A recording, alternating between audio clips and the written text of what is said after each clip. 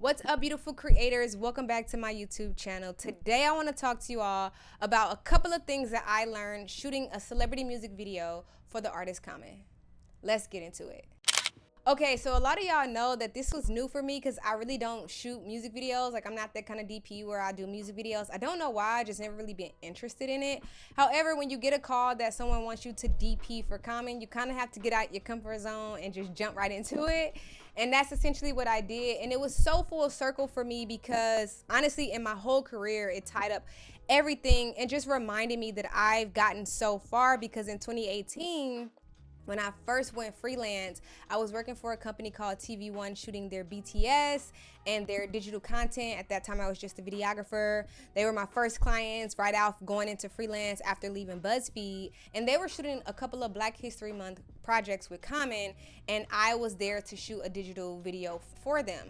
And so just meeting him in 2018 when I first decided to go freelance, and I was a videographer at the time, if that's what you want to call it, and now in 2021 being able to be a DP for his music video and being in charge of the visual aspect of how you all will actually be able to see this music video. It was crazy because I had the video still on my website and I had the photo of us from 2018, and so I hit him up and was like, we should recreate this. You know, Common was super cool. He was down to earth, all of that. And I was like, we should recreate this photo. And so we ended up taking a photo, and it just, you could see the growth, not only in just like where we were on set, and like you could tell, like even me, I look so young and just naive, but even like, you know, our hair is flourishing, like the whole picture and how it was shot indoors to how it's shot outside with the beautiful sun.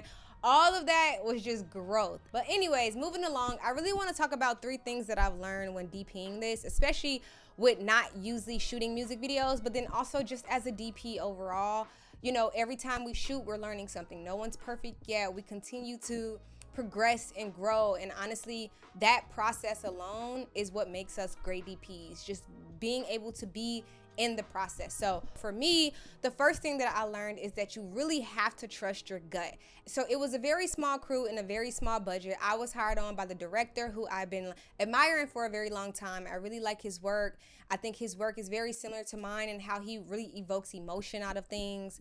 And he's just a dope storyteller. And so he brought me in. They already kind of had a producer. I was able to choose my AC, and we had a Steadicam operator, and pretty much that was our main crew. But one thing that I didn't necessarily trust my gut on was the lens choice. I trusted my gut on the type of lenses that I wanted. We used Kawa Promenade vintage lenses and Promenade vintage lenses, and the thing that I didn't trust my gut specifically on was the focal length. So these are prime lenses. I wanted to get a 15 mil because when you deal with the crop sensor, a 15 could essentially be like a 20, 24 or whatever, right? And so I wanted to do a 15 because we did want to go on wide angle for some of the shots, but I ended up going with a 20 mil, which then kind of changed it up. And the director didn't want too wide, but it was one particular shot where we did want to go wide, and because I didn't trust my gut and get the 15, we end up not being able to go as wide as I would have liked. So make sure, you know, as a DP, you trust your gut on, you know, it's very important, and it's kind of your job to pick the lenses, pick the camera that works best for the project, work with lighting and things like that. So definitely make sure that you're trusting your gut on your projects when you're hired off as a DP. The second thing I want to say is speak up. So when we went location scouting, we was figuring out how we wanted, you know, the music video to go from the bedroom scene to the living room scene to whatever. There was one particular scene where we wanted it to be a one take. And for me as a DP, I thought it would be really cool to use a lot of foreground as transition and things like that.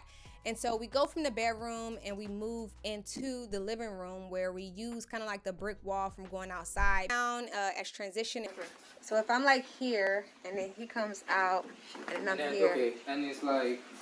And then after we're in front of him and he's walking and he's talking to the camera, he talks about life is greener, and he puts his hand out, and then we do a whip pan in camera, and then he ends up coming around and he's back in the front.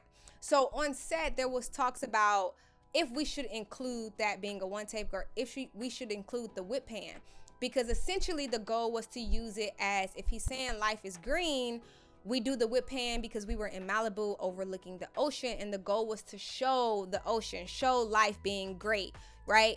But because the whip pan was so quick and it was very cloudy, you wouldn't have been able to see, you know, and kind of get what he was saying. And so they wanted to take it out because of that. As a DP, I had to attack it differently because it was actually one of my favorite shots. And so for me, I'm saying, hey, instead of looking at it as let's show the ocean, let's look at it as a transition to just whip back to him being in another location, right, in the living room.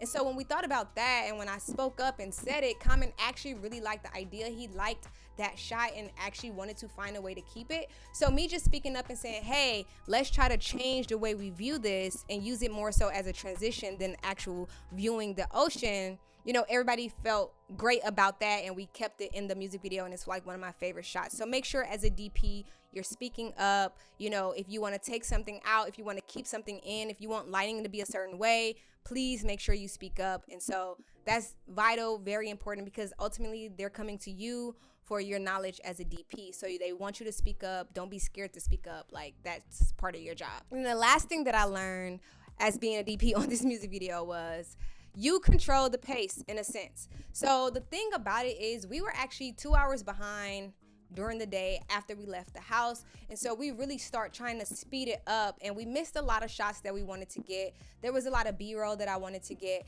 and we didn't have a chance to get it because we were so far behind that we still needed to get the performance shots, which were more important. And so because of that, you know, we missed a lot of shots that as a DP I felt like would have helped the story. But then also just controlling the pace in a sense of, because we were going so fast, there was filters that I wanted to use, but because my mind is running around so quickly, I didn't put the filters in the camera. So for instance, being outside, maybe trying to use a polarizer filter because we were outside with the clouds and the sky, but because we were moving so quickly, you know, I didn't even think, oh my God, we need a polarizer filter. I'm just like, okay, we got to get this shot in 10 minutes and we have to hurry up and go to the ocean. So just trying to make sure that you control the pace. That's also what the AD is for, to make sure that they're controlling time. I get it. You know, it's always, every set and every project is different, and you're going to run out of time. Sometimes it may not be 2 hours. It may be 1 hour, maybe 30 minutes, and you have to roll with the flow. But just trying to find a way to control the pace so that you don't forget things that you originally had in the plan or in your deck. So if you can possibly control the pace, you know, get things to where they need to go. Give your crew, your AC a couple of minutes to make sure they get things together so that you guys can get the shots and everything that you visioned for the project. So honestly, those were the 3 things that I learned. I still love how the video came out. Hopefully you guys just remember those 3 things. 1, trust your gut. 2, speak up. And 3, try to find a way to control the pace a little better so you can make sure that you're not forgetting shots and you're not forgetting certain things, and making sure that you have, you know, your paper to where it's like you're solidifying stuff. And again, if time runs out and you just cannot do what you need to do, it happens, and you have to find a way to maneuver around. I still love the video. We still were able to get all the performance shots we wanted. And essentially, Common wanted this video to be more of a day in the life where he wakes up, he gets ready, he's kind of like embracing like where he is. He goes out and he like meets a lot of these Black owned business owners and just vibing with the people, and that's like a day in his life. So I feel like we captured the essence of that. We captured Common and his essence, and I think it was really great. It was just great being able to walk in Leimert Park and people were screaming out of their cars, noticing him. Oh my God. My heart was full and I was super excited, and I think we did such a great job. And so that was pretty much it. Let me know your thoughts. Let me know some of the things that you all have learned while being on set. And hopefully you all like this video. Make sure you all give this video a like. It will really help with my algorithm. Share this with your friends. Make sure that you are subscribed, and I'll see you all again in the next video. Have a good day.